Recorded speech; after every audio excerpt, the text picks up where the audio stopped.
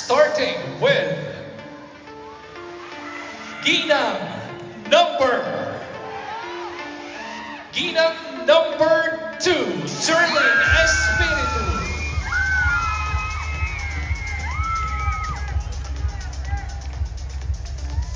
One out of 8. Now we're down to our second finalist. Congratulations, Ginang number 14, Niway Mercado from Barangay Bangkay.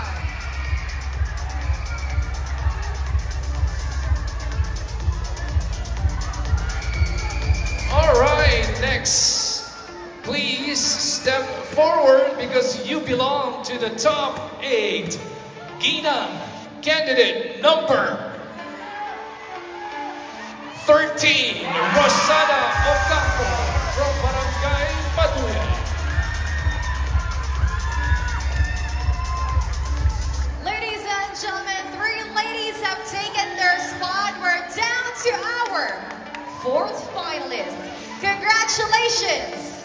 You are part of the top 8. Ginang number 4, Jillian Livorno from Barangay Milagrosa.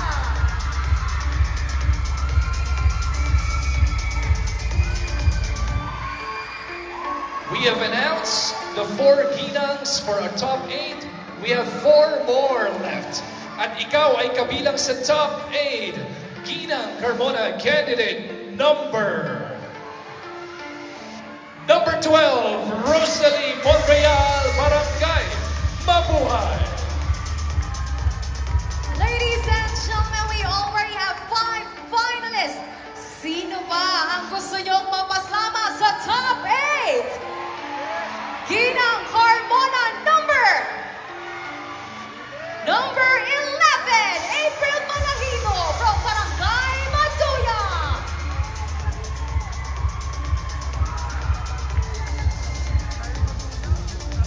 Alright, we have 2 more spots left for our top 8. Please step forward, Ginang Carmona, candidate number 10, Jenny Pagliorina from Barangay Matuya.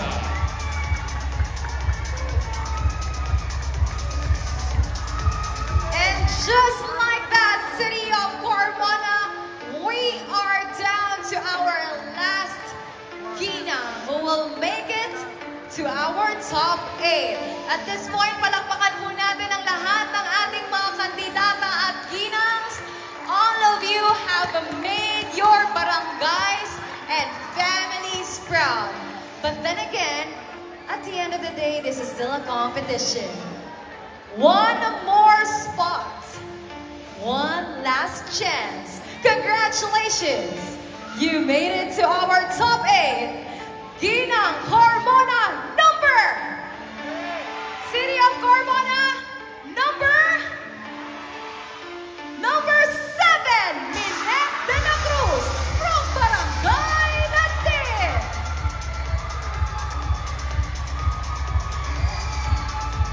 There you have it, City of Carmona. We present to you Ginang Carmona 2025 Top 8 Finalists. Congratulations sa ating Ginang Carmona top 8. Congratulations, top 8. And of course, we'd like to extend our gratitude and appreciation to our non-finalists. Talaga namang panalo na sila in their own ways because they have proven that even if you are already a mother, you can also be a queen. Yes, that's right. Now that we have our top 8 finalists here on stage, we will be requesting our first finalist to join us here at the center because, ladies and gentlemen, we've met... Here is your question. Ito na ang katanungan mo. Ginang Sherlyn.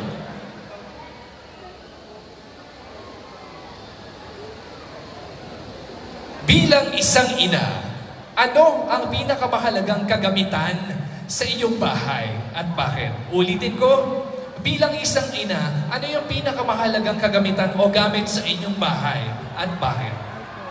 Magandang gabi po sa inyong lahat. Maraming salamat po sa inyong katanungan. Ano nga ba ang pinakamahalagang gamit sa loob ng aming bahay? Ang pinakamahalagang gamit sa loob ng aming bahay ay ang hapag-inan. Bakit po? Dahil isinusulong ko ang magandang kalusugan para sa aking mga anak at sa mga bisitang dadalo sa aking tahanan. Maraming salamat po. Thank you so much, candidate number 2, Ginang Jerlyn Espiritu. I love that, hapag-kainan. Thank you very much.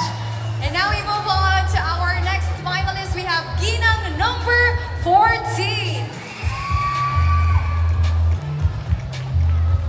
Hello, Ginang number 14.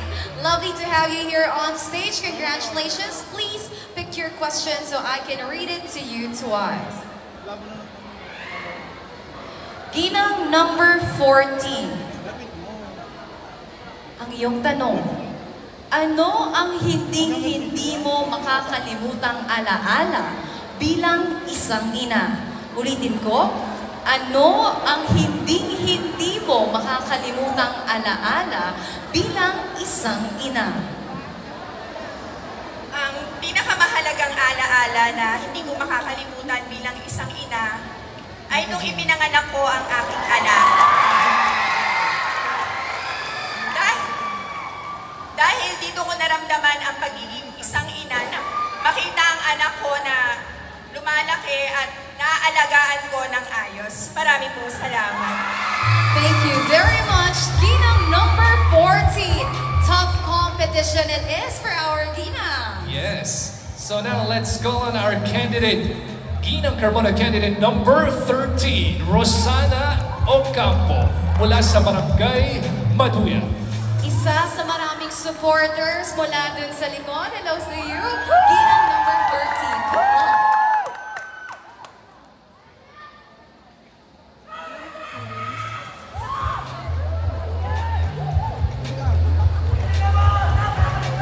Ginang Rosana, ito ang iyong katanungan. Ano ang iyong paboritong lutuin para sa iyong pamilya at bakit? Ulitin ko, ano ang iyong paboritong lutuin para sa iyong pamilya at bakit? Salamat po sa napakagandang tanong. Ang paborito ko pong lutuin sa aming tahanan ay ang sinigang. Paborito po yon ng aking mga anak. Natutuwa po ako na kapag yun ang inihain sa aming hapagkainan ay sobrang galak ng kanilang mga puso. At habang kami po ay kumakain, na-express po namin sa bawat isa yung aming pagmamahal. Thank you po. Thank you so much, Ginang Rosana Ocampo. Yes, sana matikman natin ang sinigang ni Ginang number 13. Sino ba naman ang hindi makakatanggi sa masarap at maasim na sinigang na iyahain sa hapagkainan? And now we move on to our next finalist, Sir Tito. Let's invite Ginang number 4.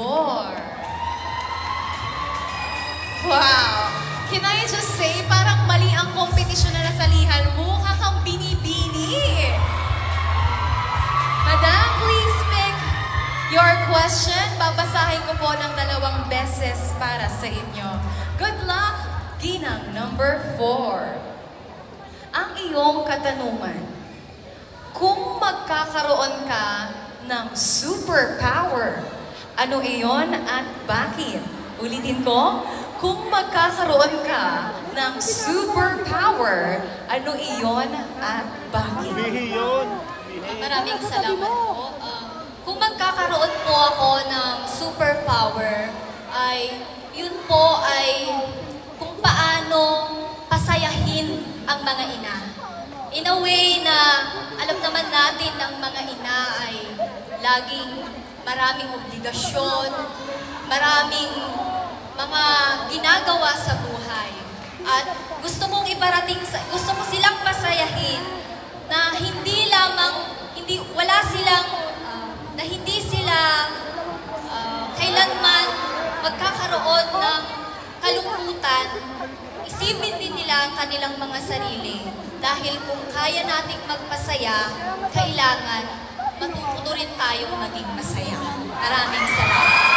Maraming salamat, Ginang number 4. I love that. Maraming salamat. Thank you so much. Ang ating Ginang Happiness. Yes. She wants every mother to be happy. Well, mothers deserve all the happiness in the world. Thank you so much.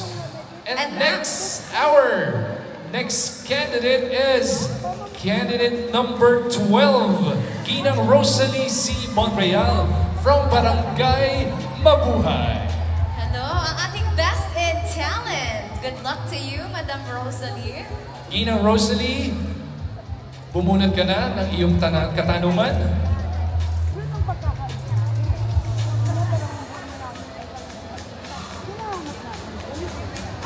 Ito na ang iyong katanungan, Ginang Rosalie. Kung papipiliin ka, ano ang pipiliin mo?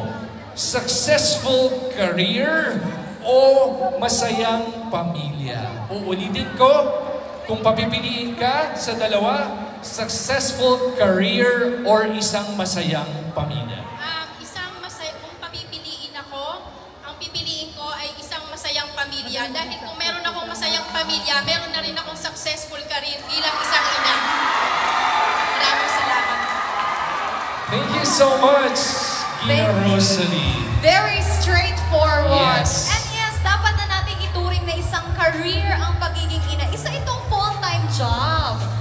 Thank you very much for that. And now let's move on to our next finalist of the evening. We have Ginang number 11, April Malahido from Barangay Maduya. Very fresh ang ating Ginang number 11. Please pick your question. Babasahin ko po sa inyo ng 2 beses. Good luck. Candidate number 11. Ang iyong katanungan.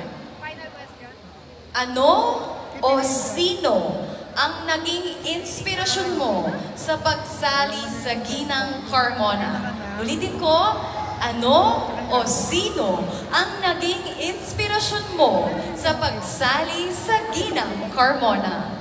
Maraming salamat sa inyong katanungan. Ang aking inspirasyon sa pagsali ay ang aking ina. Dahil ibinigay niya sa aming magkakapatid ang buhay na hindi ko inakalang may bibigay ng isang ina. Yun ay ang pagtatrabaho niya para sa aming magkakapatid. And I thank you. Thank you very much. A tribute to a mother from another mother. Congratulations and thank you, Ginang number 11. Galing. Grabe ang mga ginang natin ha. Casual interview pa lang po ito. This Yes. is just a casual interview. Mamaya pa po ang ating final Q&A. That is true.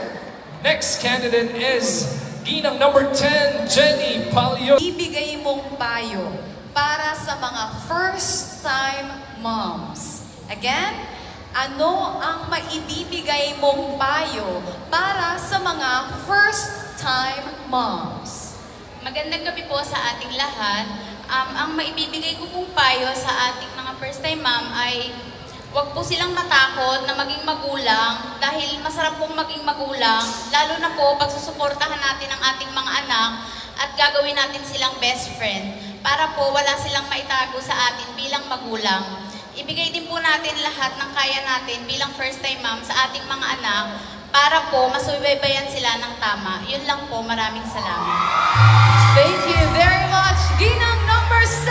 And just like that, City of Carmona, we have heard our top 8 finalists during their casual interview. Isa po itong patunay ng mga ina, ang mga nanay, ang mga ilaw ng tahanan sa City of Carmona ay